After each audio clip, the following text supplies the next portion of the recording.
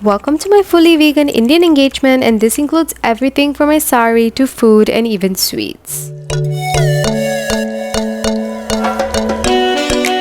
Today I'm going to take you through my Indian engagement ceremony, also known as Parsam or Nichyadartham in Tamil. It's an important pre-wedding ritual in Tamil culture and is often held at the bride's house. So the decoration team arrived at my place the night before, so they started setting up the flower backdrop, etc. We decided on the color theme to be pink, but my parents included red and white flowers for contrast. I honestly didn't know how good fresh jasmine flowers actually smell. They're used in many important rituals at Indian traditional events. You'll see that even the garlands that I'll wear later on in the ceremony are made with jasmine flowers. At the end, the decoration looked so pretty. The next morning, it was a beautiful sunny day and I got ready in a vegan pink sari that my mom gifted to me. We actually got this from a vegan sari shop in Chennai, India called Hanan Yarns. I rarely shop for saris, so this was a good cruelty-free option for me to invest in for a major traditional event like this one. My mom-in-law picked out another sari for me from here as well because I'll have to wear that during the engagement ceremony as well as on the actual day of the wedding. They had a pretty good range of different types of saris, colors, and more. I tried on a few before deciding on the pink one. I won't reveal the wedding sari too much, but you guys will find out in due time. The engagement ceremony pretty much starts with the groom's side carrying 9 different types of plates into the bride's home. Everything featured on these plates were vegan, from saris to Indian sweets like jalebis and laddoos. Another plate consisted of rock sugar and medjool dates sourced from Palestine. The last few plates would include the saris in gold that's being gifted to the bride. These were all decided by my groom's family with some suggestions from my end to make them vegan and cruelty-free as much as possible. Then it's time to set down the plates, and they took some time to arrange them really nicely.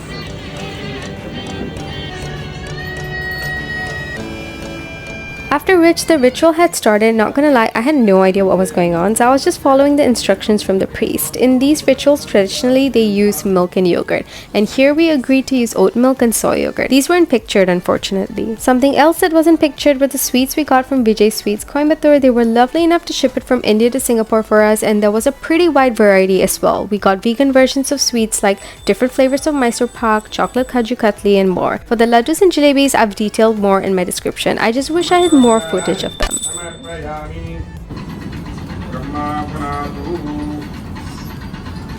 Back to the ceremony, I would be seated with my parents while the priest continued to perform some rituals.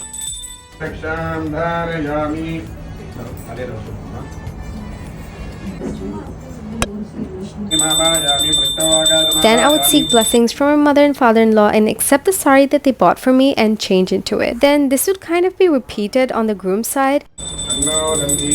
So we also decided to keep this ceremony pretty intimate by inviting only close friends and family, because this is basically an Indian version of a proposal, even though my fiancé had already proposed to me before. This is more like an official traditional celebration that would signify that my partner and I would be officially engaged. And finally, our parents would exchange a plate, and then we would bow down to seek blessings from our family and all the elders. I'm not sure if you've seen this in movies, but usually everyone would throw rice on the couple. It's kind of a joyful celebratory gesture. Then it was time to exchange our wedding rings. Yes, these are technically our wedding rings, and they're made with 100% lab-grown diamonds. Lab-grown diamonds avoid many of the ethical issues associated with mine diamonds. They're also actually known as blood diamonds. They're less expensive and generally require less environmental disruption than traditional mining. Then finally, it was time for lunch. I'm so sure everybody was just waiting for this moment. We had ordered from Gokul's vegetarian restaurant in Singapore with a specific request to veganize all the dishes. We did serve dairy-free raita on the side because they didn't offer that. The dishes included biryani rice, vegan mutton, dalcha, which is basically like a lentil gravy, tofu sambal, kadai vegetables, and lime juice for drinks. Not only that, we actually did want to keep this event low waste as much as possible, but the vendor got mixed up and sent us plastic plates and cutlery instead of the stainless steel ones that we requested. But it's okay, mistakes happen, and we definitely wanted everyone there to be happy with the food that they're eating. In general, everybody loved the food. The only feedback that some of them had was that the food was a bit too spicy, but we hope that the raita kind of helped with that situation. And we've come to the end of my engagement ceremony. Don't forget to like this video, subscribe, and comment below if you want to see more vegan lifestyle and food content like this.